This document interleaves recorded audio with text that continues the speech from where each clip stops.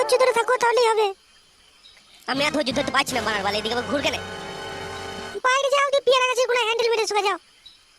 ঘরে এত সোনা পানি বউ থাকতে পেয়ারা গাছি করে হ্যান্ডেল মারতে যাবো কেন? এদিকে ঘুরে একবার মারার বাল।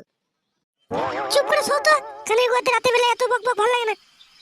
এলো শ্যামলাগতি মাগে, ছেলে যদি হোক কেন এলো? এদিকে আবার ঘুর ঠাড়ো হয়ে গেল মারা।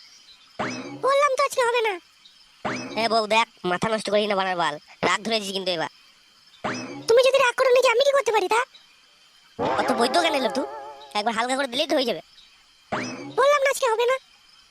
এইলো বৈদ্য মাগে, তোর আইবুড়ো ভাতাটুকু বারবার দিচ্ছিলি, মজা লাগছিল লাই। আমার কাছে এলেই যত সব হয়ে গেল। ভালোবেসে চাইছি তো, ওই জন্য গাড়ি সুরসুরিত হচ্ছে। কথাবার্তা ঠিক করে বলো বলে দিছি আমি।